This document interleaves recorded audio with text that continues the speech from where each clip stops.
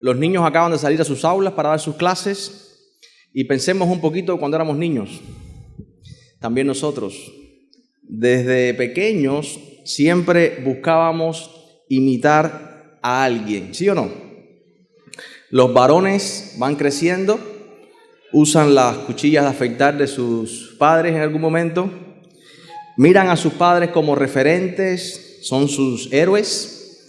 Las niñas observan a sus mamás y a veces se cuelan de puntillas en el cuarto, usan sus creyones y sus collares. ¿Cuánto lo hicieron? ¿A cuánto se lo han hecho? ¿Y le han gastado algún creyón?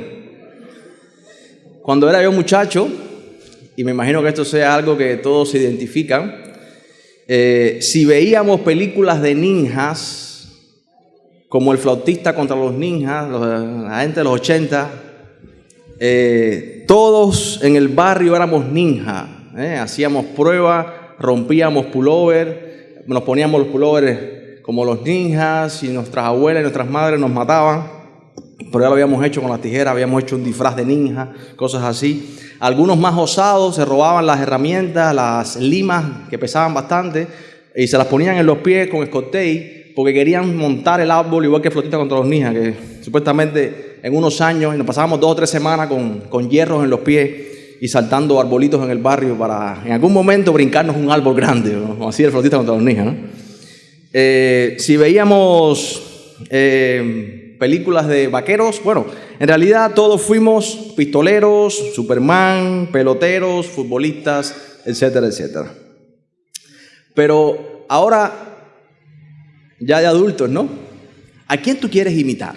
¿A quién te quieres parecer? Al pensar en esta realidad de a quién estamos imitando, a quién nos queremos parecer, a quién, esto nos hablará claramente sobre cuáles son nuestras metas ahora en nuestras vidas, cuáles son los objetivos, cuáles son aquellas cosas donde apuntan nuestros esfuerzos, cuál es nuestro propósito. El texto que tenemos hoy delante es quizás el texto más hermoso, es el corazón de esta carta a los Filipenses y posiblemente es el texto más hermoso de todo el Nuevo Testamento y algunos han dicho que de toda la Escritura. Así que leamos Filipenses capítulo 2 y el texto en cuestión es este poema o canto que la iglesia del primer siglo, según la tradición, tenía como uno de sus cánticos en el versículo 5 hasta el versículo 11. Así que leamos Filipenses 2, versículos del 5 al 11.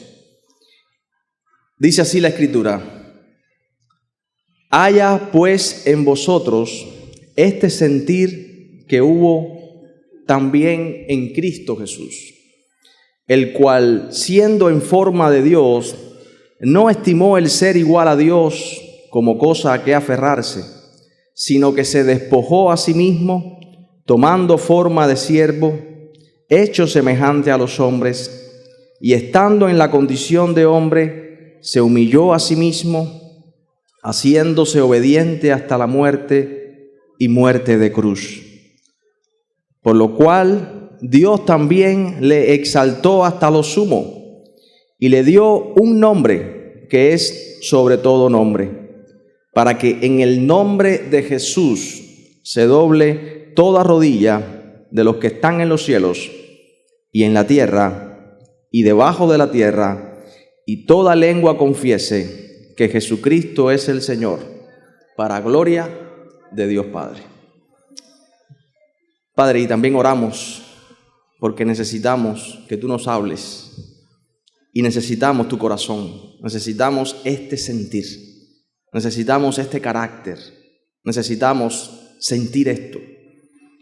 Y por causa del pecado no podemos, solamente el Evangelio puede hacerlo. En esta mañana te rogamos que podamos salir de acá edificados en tu palabra y convencidos en nuestra esperanza.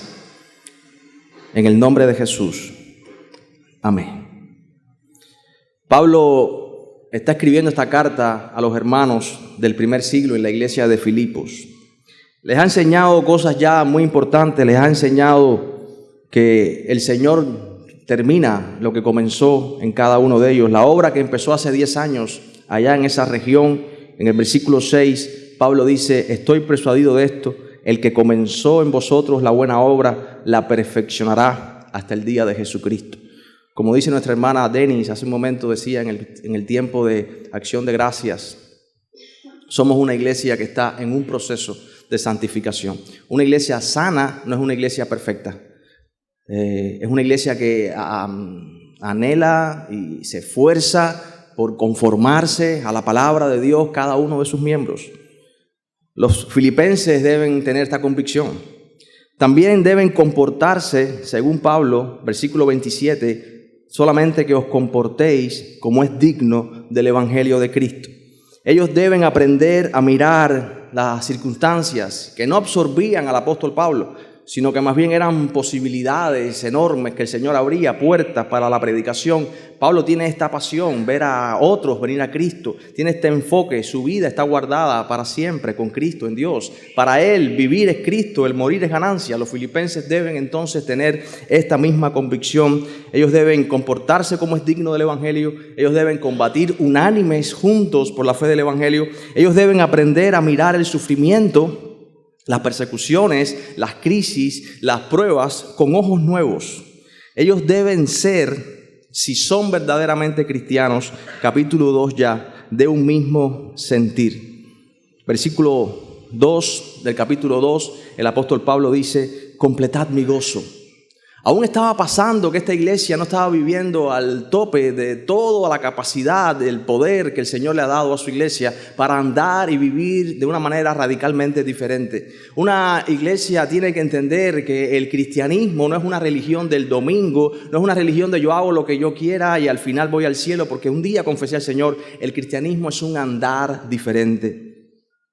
Dice Pablo, completad mi gozo. ¿Cómo? Sintiendo lo mismo como hermanos, teniendo el mismo amor, unánimes, sintiendo una misma cosa. Y ahora entonces Pablo va a dar la clave. ¿Cuál es el modelo? ¿Cuál es la razón? ¿Dónde está el poder para amar con esta clase de amor que no tiene el mundo? Hermanos, y esto es muy importante. ¿Qué es lo que nos distingue? ¿Cuál es la característica? ¿Qué es lo que nos hace realmente ser diferentes? ¿Qué es lo que tenemos que no tiene este mundo? Y sin duda, eso que nos distingue y nos caracteriza es que tenemos una clase de amor que este mundo no conoce. Y ahora entonces Pablo va a dar la clave, la fuente, el modelo para que podamos vivir, porque tenemos que vivir de esta manera especial, diferente a cómo vive el mundo. Dice el versículo 5, haya pues en vosotros, ¿qué cosa? Este sentir que hubo también en Cristo Jesús. Seamos honestos, antes de abrir un poquito más esta frase, seamos honestos.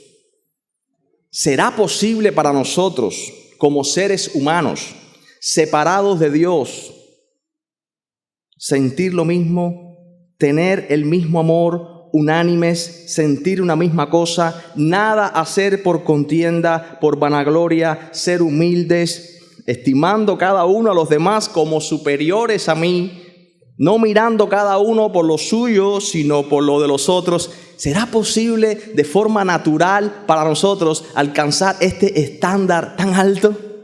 Esta calidad, esta especie, esta naturaleza de amor, es imposible. ¿Saben por qué? Porque el amor nace y se desarrolla ¿dónde? En el peor lugar posible, en nuestros corazones. ¿Y qué dice la Biblia acerca del corazón del hombre? ¿Cómo es? Engañoso y perverso. Nuestros pensamientos son ¿qué? De continuo al mal. Somos por naturaleza ¿cómo? Egoístas, autosuficientes, orgullosos, vanagloriosos. Pensamos primero en nosotros. La Javita cubana se dice lo mío primero. Pero lo que distingue a los cristianos es el hecho de que ahora ellos pueden amar como Dios ama. ¡Wow! Y esta es la buena noticia. Es que Dios en el Evangelio, cuando nacemos de nuevo, ahora nos ha dado un nuevo ¿qué? Corazón. Algunos anhelan un empaste en la muela. Otros anhelan una sanidad física. Otros anhelan mucho tipo de esas cosas. Pero el gran milagro de la salvación es que Dios nos ha dado en Cristo un corazón totalmente nuevo para sentir algo que jamás hubiésemos sentido si el Señor no hubiese llegado a nuestras vidas. Y esta es la buena noticia. Dios ha transformado nuestros corazones, ha puesto su gracia, su poder a nuestra disposición, esa gracia transformadora que es su regalo para que podamos amar de esta manera. Cuando leemos el libro del profeta Jonás, que hemos estado estudiando en el segundo año de nuestro seminario con los estudiantes, nos damos cuenta de que todo el punto del libro de Jonás es que Jonás necesita desesperadamente, no solamente tener la teología correcta, sino que necesita un corazón misericordioso como el corazón de Dios. Y es lo que Dios está haciendo con su profeta. Y es lo que Dios está haciendo con su pueblo. Nosotros hoy, ahora, necesitamos tener un corazón compasivo, benevolente, misericordioso como el corazón de nuestro Señor Jesucristo. Es lo que necesitamos.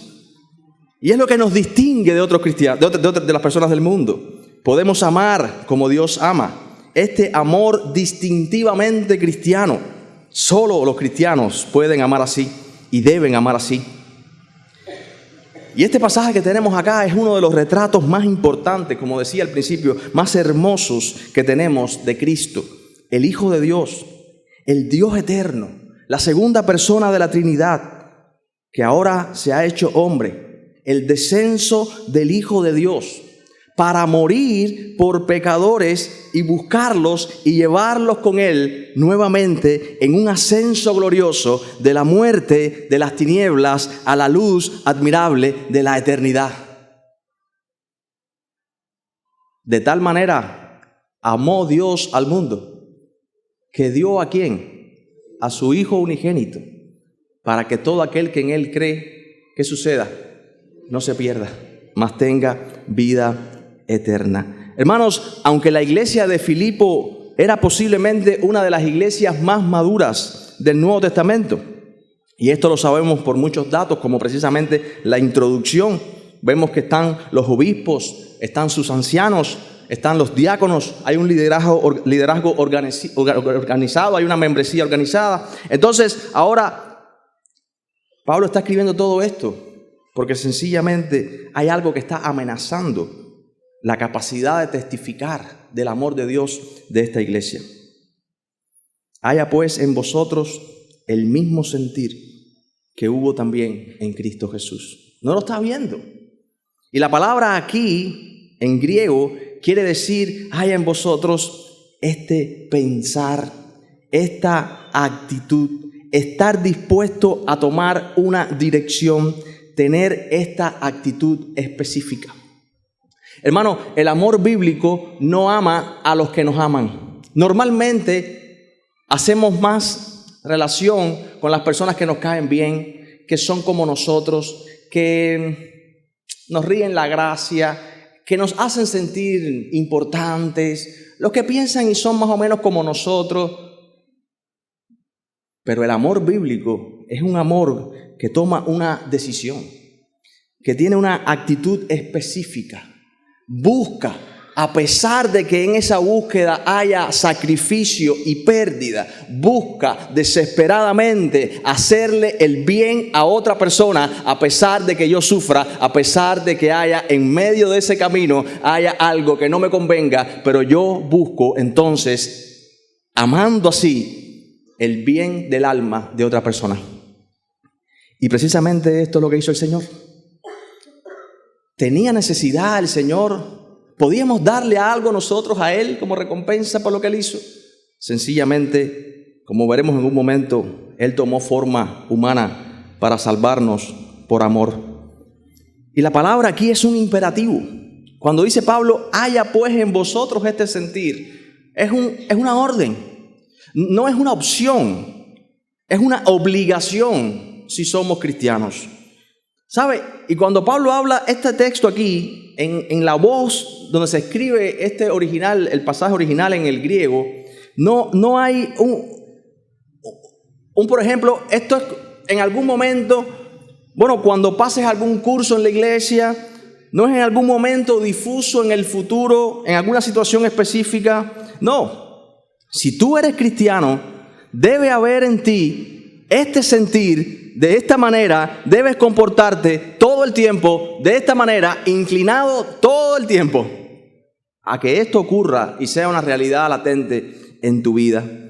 Es un imperativo, no es una opción para cristianos élite, es una opción para todos aquellos que han nacido de nuevo, una realidad que debe traspasar a todos aquellos que han nacido de nuevo. Tu modelo es Cristo y ahora esto es lo que tú tienes que hacer. Y tienes que hacerlo ahora. Y tienes que hacerlo todos los días. Y tienes que hacerlo con aquellas personas que no te caen tan bien. Y tienes que hacerlo con aquellos que te han hecho daño, con aquellos que han hablado mal de ti, con aquellos que han logrado dañar tu corazón. Tienes que otorgarles perdón, tienes que ser benevolente, tienes que ser misericordioso. Tienes que renunciar a tu egoísmo, a centrarte tanto en ti mismo, a amarte tanto a ti mismo y vivir de una manera equivocada como Dios quiere que tú vivas. Con esta actitud nueva que ahora el Espíritu Santo te ha capacitado para vivir. ¿Se imagina al Señor Jesucristo? No que estaban hablando mal de Él, 3 años estuvieron hablando mal de Él. Todo el tiempo estaban intentando ponerle un traspié, todo el tiempo estaban intentando frenar su ministerio. Ahora imagínate al Señor Jesús tomado por hombres inicuos, pecadores, escupido, con una corona de espinas en su cabeza, llevado hasta esa cruz horrible y clavado allá por esos soldados romanos. ¿Se imagina? El Rey del universo, el Dios hecho hombre, ahora por amor, sufriendo por pecadores como tú y como yo. Y en esa cruz, cuando Él con un chasquido de dedos, solamente con pensarlo, legiones de ángeles hubieran venido y hubieran deshecho esta humanidad de una vez por todas. Pero lo que sale de adentro de Él, en esa cruz, clavado allí, es: Padre, perdónalos, porque no saben lo que están haciendo. ¿Qué te ha hecho esa persona? ¿Qué te ha hecho ese familiar? ¿Qué te ha hecho ese vecino tan grave que tú no lo puedes perdonar? Cuando el Señor Jesucristo en la cruz del Calvario dijo a pecadores como tú y como yo, que habían ofendido infinitamente a Dios por vivir vidas contrarias a Dios, por blasfemos, por fornicarios, por adúlteros, dijo: Padre, perdónalos, y sobre Él cargó el pecado de todos nosotros. Y ahora en nosotros debe haber este mismo sentir, esta actitud que hubo en Cristo Jesús. ¿Qué es lo más importante para ti hoy?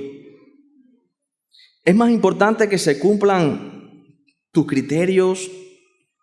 ¿Es más importante para ti no dar tu brazo a torcer para que tus expectativas se cumplan? Que venga Él.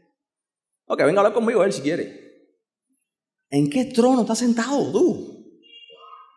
El Señor dejó su trono y vino a este mundo. Y recordemos que en la audiencia que está leyendo esta carta están Evodia y Síntique, que no se hablan. Las dos sentadas en sus tronos, colaboradoras de Pablo en la lucha por el Evangelio, y no están viviendo en este mismo sentir, en esta armonía de la iglesia. No están teniendo esta mentalidad de siervo, esta actitud sacrificial. Ellas quieren hacer prevalecer su criterio. Ellas quieren levantar la bandera de los derechos, a ellas vencer en sus opiniones. No dan su brazo a torcer.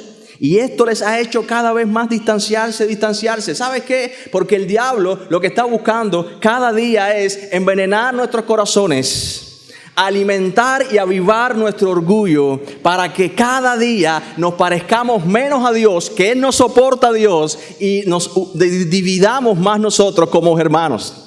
Y lo que Dios hace cada día en el poder del Espíritu es transformar esas obras de la carne y del pecado para que cada día nos parezcamos más a Él y menos al diablo. ¿A quién nos estamos pareciendo cuando no perdonamos? Cuando el orgullo reina en nuestros corazones, cuando buscamos hacerle daño a aquellos que nos han agraviado, cuando no vencemos el mal con el bien como el Señor dice que debemos hacer. Nos estamos pareciendo precisamente a Satanás. Y si somos cristianos, el proceso de santificación implica que cada día nos estamos pareciendo más al Señor. Tenemos cada día más el carácter del Señor, la actitud del Señor, lo que el Señor hizo por nosotros. El cristianismo no es algo místico, no es algo de, bueno, yo vivo como pueda y al final voy al cielo. Es que cada día el carácter de nuestro Señor Jesucristo se está formando en cada uno de nosotros. Y eso es algo que debemos encarnar cada día para que la gente cuando nos mira pueda decir, esa persona se parece más a Cristo. Cuando la gente te mira, ¿qué dicen de ti? Cuando la gente mire a esta iglesia, ¿qué dirán de esta iglesia? Si nos mordemos y nos arañamos, si nos rasgamos y nos hacemos daño, ¿a quién nos estamos pareciendo? Por eso tenemos que evaluar nuestros corazones. ¿Qué es lo más importante para ti? ¿Qué era lo más importante para Pablo? ¿Qué debía ser lo más importante para Evodia y para Síntique? ¿Hacer prevalecer su criterio? ¿Que se cumpla lo que ellas querían? No sabemos qué cosa era. Puede ser algo sumamente importante. En el sentido de un programa importante. Quizás no era una bobería como pintar el templo de rojo o de verde. Pero había algo que estaba ocupando un nivel de importancia más alto para ellas, que el nombre de Cristo fuera glorificado en sus vidas. No se estaban amando, era un problema del corazón. Las rencillas, las disputas, la falta de comunicación entre seres humanos, entre personas, es un asunto del corazón y la iglesia tiene que estar atenta y examinar sus corazones, porque en nosotros lo que debe haber es el mismo sentir que hubo en Cristo. Tu manera de hacer las cosas, ¿qué es lo más importante? ¿Tu deseo más grande cuál es? ¿Hacer la voluntad de Dios? ¿Someter tu vida a esa norma de santidad? ¿O que se haga valer tus criterios y tus opiniones? ¿Se imagina esto, mi hermano? Si empezamos a confiar, a sujetarnos, si estamos así caminando bajo la autoridad de Dios, el poder que actúa en nosotros no es solamente para hacer levitar a la gente, no es para caerse para atrás. Mira, nos podemos caer para atrás del mundo aquí ahora. Ese no es el punto. El poder del Espíritu Santo y ser lleno del Espíritu Santo es un poder para vivir vidas piadosas y santas, poderosas en verdad, para decirle no al pecado y amar con el corazón de Dios y transmitir y revelar a ese Dios que está en los cielos, que tiene autoridad y poder para cambiar vidas genuinamente. No solamente para cambiar cuerpo, no solamente para darte un novio, no solamente para darte un trabajo, para cambiar tu corazón egoísta por un corazón manso y humilde, un corazón blando y de carne, un corazón compasivo como su propio corazón. ¿Se imagina esto, mi hermano?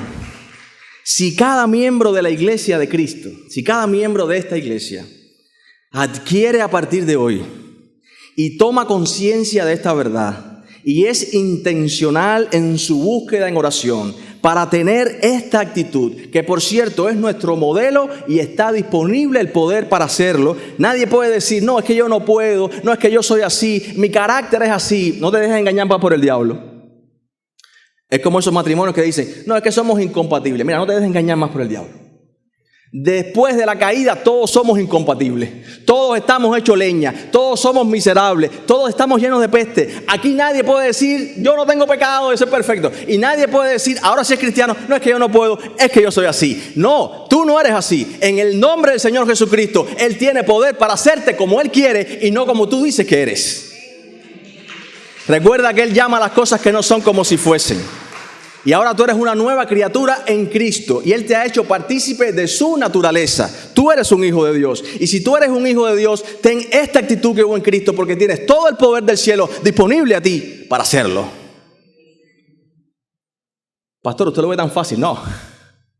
Nadie dijo que sería fácil. 1 Corintios 13. ¿Cómo es el amor? Sufrido. El amor es sufrido. El amor es difícil. El amor no se envanece, no hace nada indebido. El amor no se jacta. El amor bíblico es difícil porque es antinatural para nosotros. ¿No te han enseñado así desde chiquito? No hagas papeles de bobo. Recuerda, tú primero, tú después y tú siempre. Tú adelante. Pero ahora el amor bíblico dice, no, tú primero no. El Señor primero. Y Pablo dice, incluso ten a los demás como primeros que tú. Yo recuerdo mis primeras experiencias con el pueblo de Dios, siendo yo un inconverso, recuerdo estar en un comedor y recuerdo precisamente que había en la mesa, en esa época ponían pollo en los comedores todavía, y recuerdo que había pollo ese día en el almuerzo, había una colita para coger el pollo. Entonces, de pronto, lo que queda en el mostrador de la meseta del comedor era un muslo de pollo que parecía de paloma, ¿no? Y por supuesto la cola se estancó. La cola se estancó porque nadie quería. Entonces el cocinero se trabó adentro. Y dijo, bueno, si no cogen el muslo este, no pongo más. Y todo el mundo, bueno, paraba ya, la huelga, se armó una huelga. Y recuerdo a Ernesto. Ernesto era un cristiano que me estaba hablando, en esa época yo estaba enredado con la filosofía en aquella época y me estaba hablando de Eclesiastés y yo estaba medio lidiando con todo aquello. Y él estaba hablando conmigo en la cola y Ernesto de pronto, yo hablando con él, veo que se pierde Ernesto y Ernesto coge el plato. Pasó como 15 gente y coge el plato del pollo del muslo escuálido de paloma. Y yo digo, clase normal Ernesto. Es lo que digo en ese momento, ¿no? Y me siento con él en la mesa con mi pollo gordo, ¿no? Porque ya pusimos el pollo nuevo. Y digo, Ernesto, oye, ¿por qué hiciste papel de bobo, no? O sea, ¿por qué cogiste el pollo flaco? Dice, ¿no viste la situación que se dio en la cola? Cómo la gente empezó a dañarse, a decir cosas. Y la gente empezó a sentirse mal. Mira, Josué me dijo, el Señor Jesús vino a este mundo y dio su vida por mí. ¿Cómo yo no voy a poder coger el pollo ese, comer menos que los demás, desanudar la cola y que todo siga fluyendo? Por amor a Dios. Mira, eso fue la mejor predicación que yo he escuchado en mi vida. Haya pues en vosotros el mismo sentir. El Señor Jesús puso su vida delante de la mía para que yo no cogiera el golpe. Me dijo así mismo. Hace 20 años. Y por eso estoy aquí hoy. Hermanos, un vivir diferente. Nadie dijo que sería fácil. A veces tenemos que comer el pollo flaco. A veces tenemos que sufrir y padecer. A veces queremos poner en Facebook una barbaridad cuando se va la luz. En el nombre del Señor. Mejor no pongo esto. El amor bíblico no es fácil. Tragarse el orgullo. Todos los que están casados saben lo que significa eso. La disputa y la contienda se acaba hasta que alguien cede. ¿Por qué no cedes tú primero? En el nombre del Señor. Haya pues en vosotros este sentir. No somos humildes de forma natural. Solo el poder del Evangelio, puede romper los grilletes del orgullo. Solamente Cristo puede romper la lepra y sanar la lepra del corazón, la arrogancia de nuestros corazones, mis hermanos.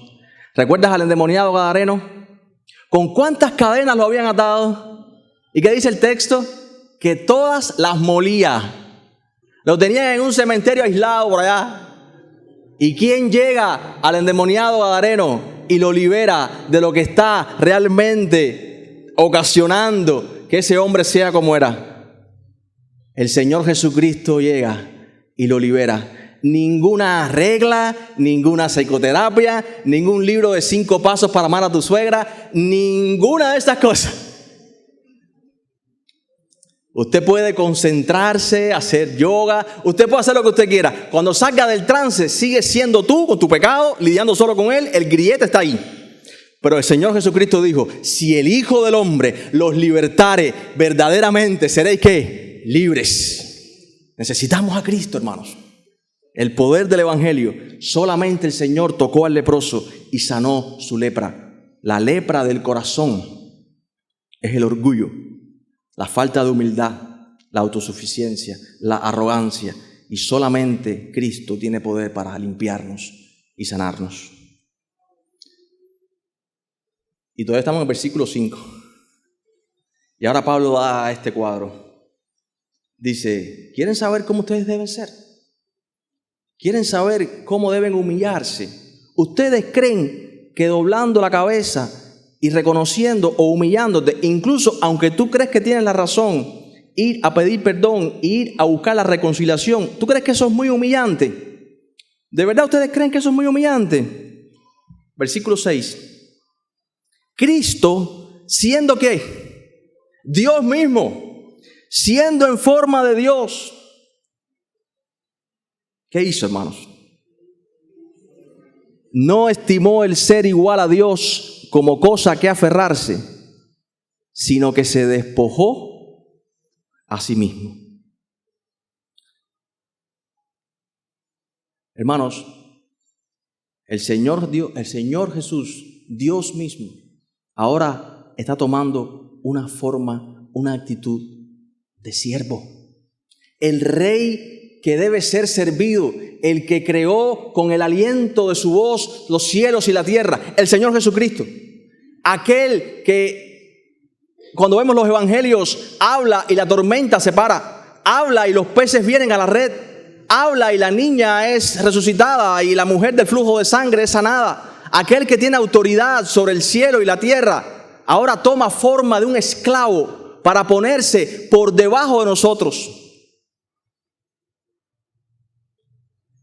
Ser siervos no es nuestra naturaleza. Preferimos ser servidos antes que servir a otros. Pero ahora Él tomó una actitud de siervo. El Hijo del Hombre, dice Marcos 10:45, no vino para ser servido, sino ¿para qué? Para servir y para dar su vida en rescate por muchos. Pero recordamos a Jacobo y Juan. Jacobo y Juan, tristemente en cada uno de nosotros hay un Jacobo y un pequeño Juan con delirios de grandeza, pensando en posiciones y fama. Y yo creo que Pablo tiene en mente a Evodia y a Síntique. Todos queremos las luces encima de nosotros, todos queremos un micrófono para ser escuchados, todos queremos que se haga prevaler nuestros deseos y caprichos, cuando aquí el importante que tiene que ser conocido y revelado a través de nuestras vidas es nuestro Señor Jesucristo. Haya pues en vosotros. Ahora dice, Él abandona su posición. En este verso 6 entendemos lo que Cristo hizo, la naturaleza de su despojo. Cristo es Dios desde toda la eternidad. No había un lugar más alto, de donde se podía descender. No había un lugar más bajo. Y Él bajó hasta lo más bajo, estando en lo más alto. Esta es la humillación, la autohumillación de Cristo. Porque Jonás en tiempos del Antiguo Testamento fue humillado por Dios, fue tragado por un gran pez, pero Cristo no se humilló no fue humillado por el Padre, sino que Él se autohumilló, como dice Hebreos. Vengo, oh Dios, para hacer tu voluntad, y me diste un cuerpo, dice el autor de Hebreos. Él cambió, mis hermanos. No cambió privilegios terrenales para irse a un lugar más difícil. Él cambió la adoración de los ángeles, la adoración de querubines y serafines. La cambió por una cruz, tomando forma de siervo, por amor al Padre y por amor a ti y por amor a mí. Este es el cristianismo. Este es el amor de Dios por nosotros. Él tiene todo el poder, como acabamos de decir. Y Él tomó esa cruz para así vencer el pecado y la muerte. Jesús ganó y venció en esa cruz, muriendo y perdiendo. Hermanos, muchas veces tenemos que entender que nosotros como cristianos ganamos perdiendo, aparentemente. Y dice el versículo 7, se despojó a sí mismo tomando forma de siervo, hecho ¿qué? Semejante a los hombres. Es Cristo quien se despoja a sí mismo, la naturaleza divina y la naturaleza humana, tomando forma de siervo en la condición de hombre, lo humano y lo divino en una misma persona. Esto es un misterio. Dios es ahora verdadero hombre en Cristo, verdadero Dios. El Creador renuncia a sus derechos, a su posición para venir a este mundo despojándose a sí mismo. Pensemos por un momento. ¿Qué clase de valor hay aquí? Hermano, nos pasamos la vida reclamando nuestra posición, quiénes somos, nuestros derechos. Yo soy importante.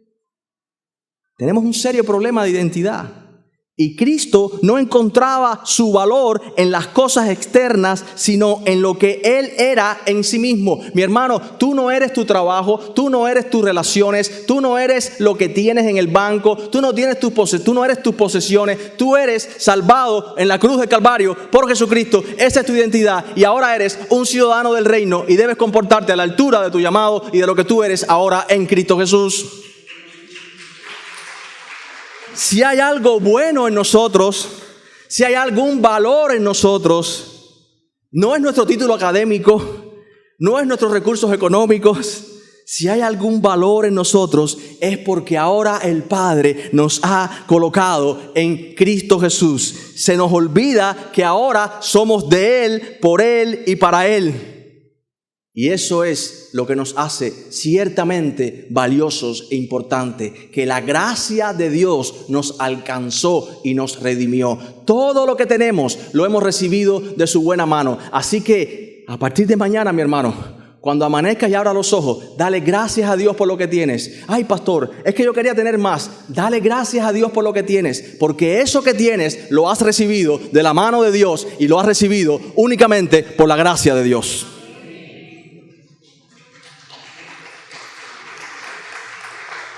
Hablábamos de eso con los ancianos y hablábamos de una de las responsabilidades de los miembros y hablábamos del ofrendar y diezmar en la iglesia. Y decíamos, mira, cuando tú vas a ofrendar y diezmar, tú no tienes que tomar esta decisión y verte en esta tensión. No es así como voy a decir ahora. No es decir, ¿cuánto de mi dinero voy a apartar para Dios o para la iglesia? Realmente lo que tú debes decir es, ¿cuánto del dinero de Dios voy a dejar para mí? Y es diferente, ¿eh? Porque todo lo que tenemos es de Dios. Nosotros no tenemos nada. Tristemente, no tenemos nada. Desnudo llegamos a este mundo y desnudos saldremos de este mundo.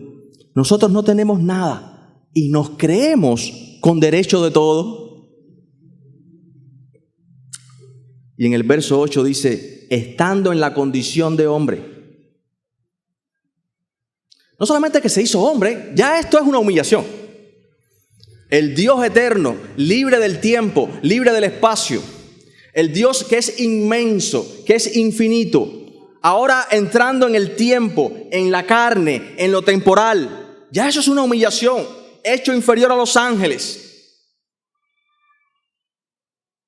Pero no se hizo un rey.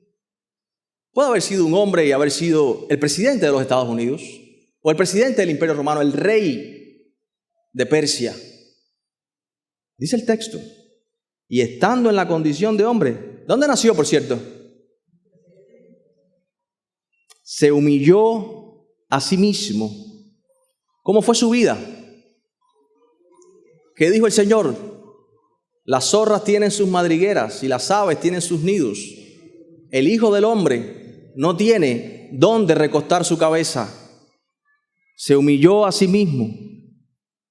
Y dice el verso, haciéndose obediente hasta la muerte y muerte de cruz. Mis hermanos, no solo se hizo hombre, se hizo siervo, no vino como la cabeza de un imperio, sino que vino a morir en una cruz. Durante los años de su vida, su camino era hacia la crucifixión. Él lo sabía desde el principio. Él iba a ser entregado a los gentiles.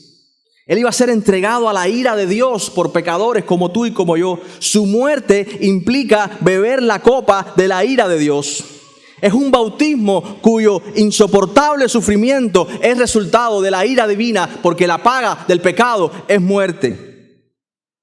Las burlas, nada de lo que sufrió en su carne es comparado con soportar sobre sí mismo el abandono del Padre en esa cruz. Todas estas cosas soportó Jesús por nosotros. La muerte en sí es una tragedia en la existencia humana, una espantosa y antinatural intromisión en la perfecta creación de Dios. Por eso todos nos quedamos anonadados en un entierro ante un cadáver. Y aunque alguien diga, es natural morirse, todos sabemos adentro que no es natural nada. Ninguno aquí está listo para morirse ahora mismo. Porque no fuimos creados para morir. La muerte es una intromisión en la perfecta creación de Dios. Por eso dice la Escritura, sorbida es la muerte en victoria. ¿Dónde está, oh muerte, tu aguijón? ¿Dónde está, oh sepulcro, tu victoria? En Corintios. Y ahora Jesús está muriendo en la cruz. Hermanos, Jesús vivió la vida perfecta con el corazón de Dios que tú y yo no podíamos vivir, obedeciendo y amando al Padre con toda su fuerza, con toda su mente y con todo su corazón, cosa que ningún ser humano podía hacer porque todos tenemos el corazón al revés. Ningún ser humano, ninguno, ama a Dios con toda su fuerza, con todo su corazón, con toda su mente, todo el tiempo. Solamente Cristo. Y en la cruz del Calvario, amando al prójimo como a sí mismo, según la palabra y la ley de Dios, se entregó en esa cruz, amándote a ti y amándome a mí. Padre, perdónalos, porque no saben lo que están haciendo. En la ira, acuérdate de la misericordia.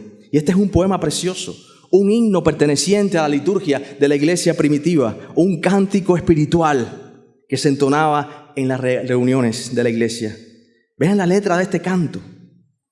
Gracias a Dios que nuestra iglesia ha evaluado el contenido de los cánticos. Esto es lo que cantaba la iglesia, cánticos espirituales como este. Y en el verso 9 dice, por lo cual, porque el Señor Jesucristo descendió hasta lo más profundo. Hermanos, ¿cuántos quieren fama sin esfuerzo?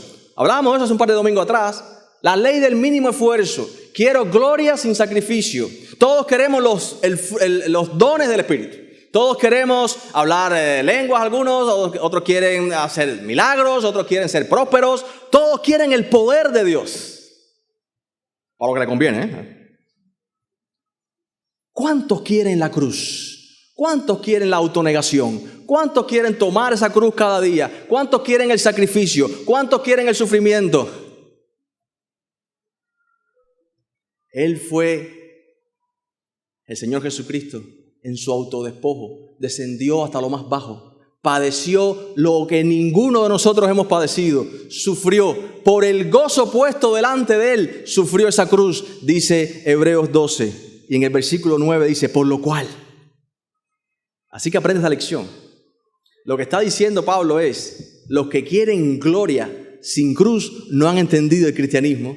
Los que quieren el fruto del Espíritu, sin pasar por el Calvario, los que quieren los dones del Espíritu, sin pasar por las pruebas, las luchas, en golpear su cuerpo, en martirizar o mortificar, su pecado, en arrepentirse de verdad, en ser francos y decir, estoy lidiando con este pecado, esto es la verdad de quién soy, no quiero aparentar más, quiero desmontar esta actuación hipócrita que he llevado por años. Los que quieren de verdad amar con un amor encarnizado y un amor desde adentro, los que quieren experimentar el poder de Dios, tienen que sufrir los clavos de la cruz. El que quiera ser mi discípulo, dice el Señor, tome su cruz, niéguese a sí mismo y sígame cada día. Y los que quieren ser exaltados, primero tienen que humillarse. Dice Pedro, el que se humilla será enaltecido. Y dice ahora en versículo 9, por lo cual Dios también le exaltó, ¿hasta dónde? Hasta lo sumo. Y le dio un nombre que es sobre todo nombre. Este Jesús que fue rechazado, este Jesús que fue golpeado, este Jesús que fue escupido, ultrajado, que fue llevado a una cruz. Ahora dice este verso que el Padre lo exaltó hasta lo sumo. Y dice el texto que se le ha conferido un nombre que es sobre todo nombre. Versículo 9. Versículo 10 ahora, para que en el nombre de Jesús se doble toda rodilla de los que están en los cielos y en la tierra y debajo de la tierra.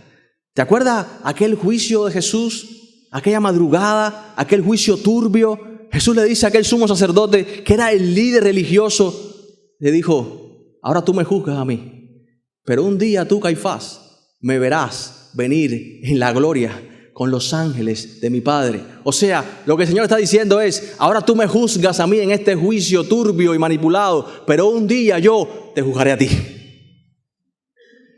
Este que fue ultrajado, escupido, y entiende el valor de la humillación, entiende el valor de no ser vencido de lo malo, sino vencer con el bien el mal, este que fue ultrajado, ahora toda criatura de este mundo tendrá que reconocer esta realidad, que ese Jesús se le ha dado un nombre que es sobre todo nombre. Él es el Rey de Reyes, Él es el Señor de Señores. El texto dice que todos confesarán que Jesús es el Señor.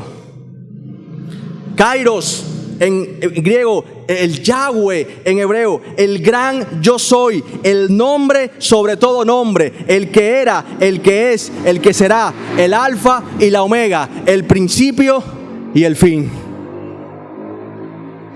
Toda la creación se postrará ante Él. No importa lo que tú creas hoy, tú puedes creer cualquier cosa acerca de Dios y de ti mismo. Lo importante es lo que dice la Escritura.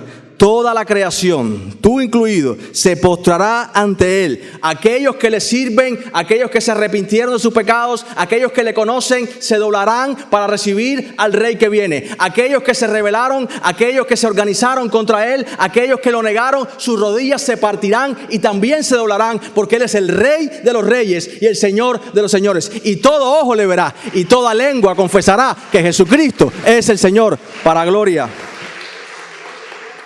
de Dios Padre. Y así termina el pasaje. Esto es lo que Pablo escribe a los filipenses. Esto es lo que ellos necesitan escuchar para que ellos ahora vivan este evangelio, para que ellos glorifiquen, magnifiquen a ese Cristo vivo, muestren a ese Señor que ahora es invisible al ojo natural de los seres humanos, pero por el ojo de la fe podemos verlo claramente. Esto es lo que Pablo escribe. Si ellos se mantienen enfocados en esto, poniendo su mira en las cosas de arriba, mirando a su Señor, imitándolo a Él, creyendo esto, Pablo sabe que no es un programa, no son 2 o 3 reuniones, no son técnicas humanas. Esto es lo que la iglesia necesita y todo cambiará cuando la iglesia crea, entienda, vea, conozca a este Señor y entienda las implicaciones profundas del evangelio. Este sería el final de las rencillas. Este sería el final de los rencores. Porque donde la luz entra, las tinieblas no prevalecen. Cuando el agua del Espíritu limpia, la suciedad se va. Las raíces de amargura serían sacadas desde lo más profundo del corazón. Una iglesia enfocada en esta gloria será una iglesia poderosa de verdad. Será una iglesia unida, una iglesia diferente, una iglesia fortalecida, una iglesia que ora, una iglesia que depende del Señor, una iglesia que ama, una iglesia donde unos no quieren resaltar sobre otros, donde unos no descalifican a otros para lucir mejor. Una iglesia humilde, sumisa, una iglesia mansa, pastoreable, una iglesia que entiende que el Señor es lo más importante, que escucha su voz, que le sigue. No será una iglesia infantil, llena de fantasías, llena de juegos, llena de falsas convicciones, llena de falsas esperanzas. No será una iglesia orgullosa que mira a otros por encima del hombro. No será una iglesia perfecta, pero será una iglesia que cada día busca parecerse más y más al Señor Jesucristo y cada día parecerse menos y menos a Satanás, a sus demonios y a este mundo.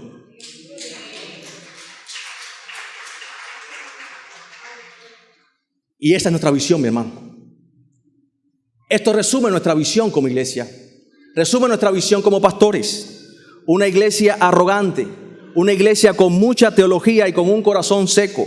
Sobreviviendo a duras penas por inercia en tradiciones religiosas. Será una iglesia débil y blanco fácil del diablo. Será una iglesia inútil para el Señor y posiblemente el Señor quite su candelero de ese lugar y el Señor, aunque ustedes crean que está, como veremos en Apocalipsis, el Señor está fuera.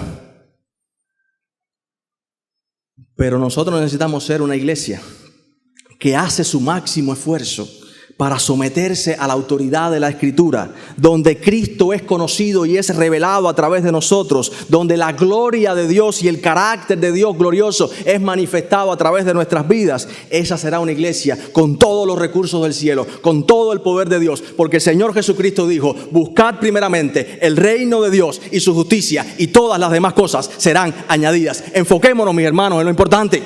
Enfoquémonos en lo importante. en Cristo y su gloria, en hacer su voluntad. Si decimos que lo amamos a Él, amemos lo que Él ama. Comprometámonos con nuestra iglesia local. Amemos a nuestros hermanos. Haya en nosotros este sentir que hubo en Cristo Jesús. El que se humilla será exaltado. Si queremos gloria, no olvidemos, Primera Iglesia Santa Clara, que no hay gloria sin cruz. No hay exaltación sin humillación. No hay bendición sin obediencia y sacrificio. No le des más vuelta. No sigamos en círculos por el desierto sin llegar a Canaán. Reconozcamos nuestros pecados. Humillémonos y el Señor será amplio en perdonar, amplio en sanar, amplio en bendecirnos. Haya pues en vosotros este sentir que hubo también en Cristo Jesús. Oramos. Padre, estamos en tus manos.